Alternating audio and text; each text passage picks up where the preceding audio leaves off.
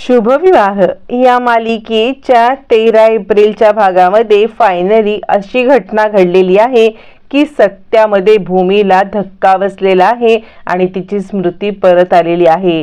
अशा काही भूतकाळातल्या गोष्टी भूमीच्या समोर आलेल्या आहेत। इकडे आता 13 एप्रिलच्या भागामध्ये आजी भूमीला सांगत असते, भूमी अगं आकाश तयार झाला का? यावरती भूमी म्हणते, हो मी बोलवते आकाशला। आजी म्हणते, नको ग, आकाशला बोलवू नकोस, तू तुझी तयार हो जा, तुझी तयारी कर। मी आकाशला आवाज देते, लवकरात लवकर मुहूर्तावरती गुढी उभारायची आहे ना। असं म्हणत आजी आता भूमीला गुढीची तयारी करायला खाली पाठवते आणि आकाशला बोलवायला जाणार तितक्यात तिथे रागिणी येते आणि आई अगं कसं करायचं, म्हणजे बघ ना, यावर्षी तू इतका मानाचा फेटा आणि शेला हे दोन्ही काढून ठेवलंस आणि आकाशच्या हातून गुढी उभारायची, पण कसं विघ्न आलं बघ ना। यावरती आजी म्हणते, हो खरंच की। यावरती रागिणी म्हणते, मग आता कसं काय करायचं? असं म्हटल्यावरती आजी सांगते, मग दरवर्षीप्रमाणे तूच गुढी उभार रागिणी। रागिणी म्हणते, बघ ना, यावर्षी आपण किती स्वप्न बघितली होती, पण सगळी आपली स्वप्न धुळीला मिळाली। तू म्हणतेस तर मी गुढी उभारते आणि मानाचा फेटा आणि शेला हे पौर्णिमाला मी वरती उचलून ठेवायला पुन्हा सुटकेसमध्ये सांगते, कारण इतक्या वर्षांनी तो मानाचा फेटा आणि शेला तू बाहेर काढलास, पण बघ ना काहीच उपयोग झाला नाही। गेली 6 वर्ष मी न मानाचा फेटा आणि शेला न घालता नुसती गुढी उभारते। यावरती रागिणी म्हणते, असंच हे घडत चाललंय ना। आजी म्हणते, तू रागवलेस का ग माझ्यावरती? म्हणजे तुला माझा राग आलाय का की तुला मी मानाचा फेटा आणि शेला न देता गुढी उभारायला सांगितली? यावरती रागिणी म्हणते, आई अगं आई तू असं काही विचार करू नको। हे बघ, मी न इथे कधीच मालकीण म्हणून वावरले नाही। मी इथली राखणदार आहे, इथली सेवक आहे। आकाश महाजन आहे आणि तोच इथला मालक आहे आणि तोच हे सगळं करू शकतो, मला माहिती आहे। यावरती आजी म्हणते, रागिणी अगं खरंच तू रागवलेस का माझ्यावरती? आकाश हे सगळं ऐकत असतो। रागिणी म्हणते, आई अगं मी तुझ्यावरती का बरं रागवेन? मी तुझ्यावरती खरंच रागवलेले नाहीये, मला माहिती आहे। मी जेव्हापासून इथे आले ना तेव्हापासून मला माहिती आहे की मी इथली फक्त राखणदार आहे आणि मी एक सेवक म्हणूनच मी हे सगळं काम करते आहे।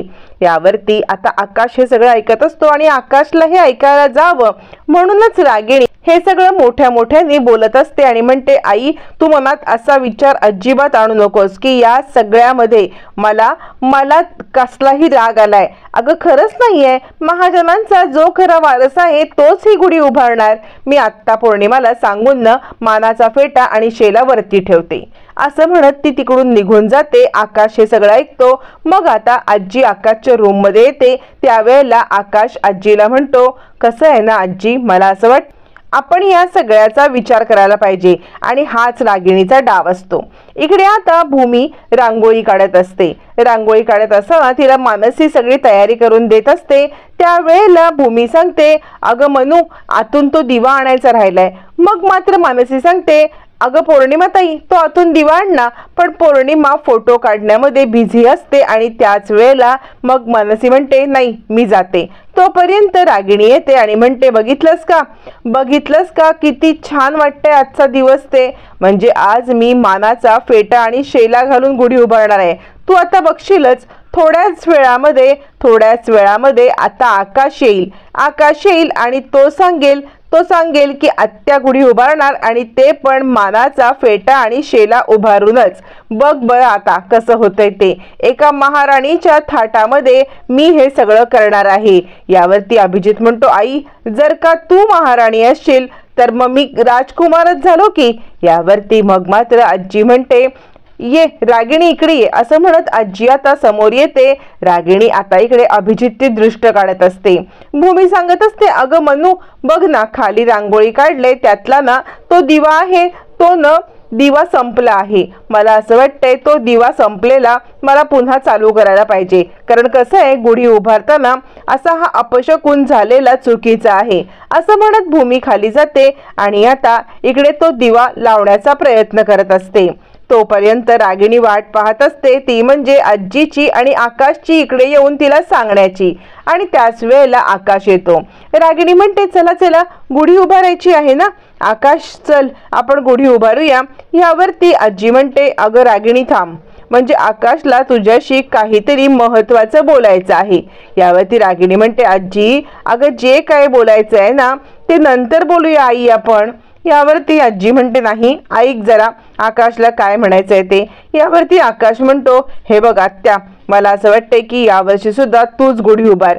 अगं तू कुणी परकी आहेस का? तू पण या घरची वारसच आहेस की नाही.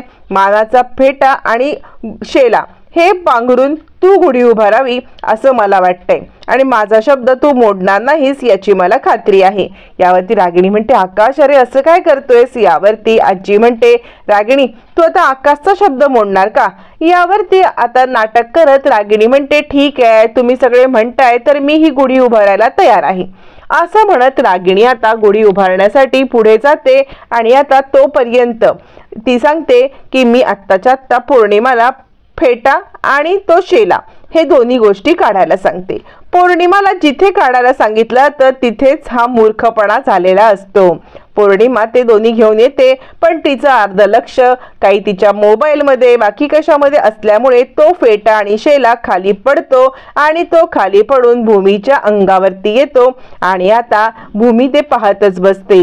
जिथे भूमी आता इकडे रांगोळी काढण्यात मग्न असते तितक्यात तो शेला तिच्या अंगावरती आणि फेटा खाली पडतो. आता मात्र भूमी ते सगळं पाहत बसते. सगळ्यात मोठा धक्का आता आजीला बसतो. आजी विचार करते, अरे बापरे, म्हणजे आई योगेश्वरीच्या मनात तरी काय आहे असा विचार करत ती आता इकडे तिकडे पाहतच बसते. तोपर्यंत भूमीच्या अंगावरती शेला जाऊन पडलेला असतो आणि भूमी तो फेटा घेते, तिथली रांगोळी नीट करते आणि वरती यायला निघते. यावरती आजी म्हणते, आकाश कळतंय का आई योगेश्वरीच्या मनात काय तुला समजतंय. आई योगेश्वरीनेच हा कौल आपल्याला दिलेला आहे. आई योगेश्वरीच्या हेच मनात आहे की काहीही झालं तरी सुद्धा भूमीच्या आतूनच ही गुढी उभारण्यात यावी. यावरती आकाश म्हणतो, आजी अगं पण आपण आत्याला हा मान देतोय ना. यावरती आजी म्हणते, अगं अरे माझ्या मुलीला मी खूप चांगल्या पद्धतीने ओळखते. किती काही झालं ना तरी तिला ह्या मानाची तशी काही हौस नाहीये आणि ती सुद्धा माझ्याशी हा याच्यामध्ये ॲग्री करेल की हा देवी आईचा संकेत आहे आणि तो संकेत ती डावलणार नाही. काय ग रागिणी. रागिणी म्हणते, हो ग आई, म्हणजे देवी आईचा संकेत आहे आणि मला असं काही नाही की मीच पूजा करायला पाहिजे वगैरे वगैरे, म्हणजे भूमीने केलं तरी सुद्धा चालेल. असं म्हणत आता रागिणी तिला काही दुसरा पर्यायच नसतो हे बोलण्याशिवाय. त्याच वेळेला भूमी आता तो मानाचा फेटा आणि शेला घेऊन वरती येत असते आणि ती हे आकाशकडे येत असताना आकाश म्हणतो, थांब भूमी. यावरती आजी म्हणते, भूमी अगं हे बघ, आज आई योगेश्वरीचीच इच्छा आहे की तुझ्या हातून ही गुढी उभारण्यात यावी. तू ही गुढी उभारावी म्हणून तुझ्या अंगावरती हा मानाचा शेला आणि फेटा पडलेला आहे. भूमी म्हणते, आजी अहो काय बोलताय तुम्ही, म्हणजे हा एका तुमच्या घरच्या लोकांचा मान आहे आणि तो मान मी बरं कसा घ्यायचा. मी तर एक सितली साधी सर्वंट आहे. यावरती आजी म्हणते, तू देवी आई योगेश्वरीचा अवमान करणार का. म्हणजे तिच्या मनात जे आहे त्याचा तू कसा अवमान करू शकतेस. तू सांग बरं मला भूमी. म्हणजे आता हे बघ ना, इथे गुढीची उभारणा होते, मुहूर्त टळून जाईल, तुला या सगळ्यामध्ये हा मान घ्यायला पाहिजे. आकाश म्हणतो, भूमी आजीची इच्छा असेल आणि आई योगेश्वरीच्या मनात असेल तर हे तू कर ना.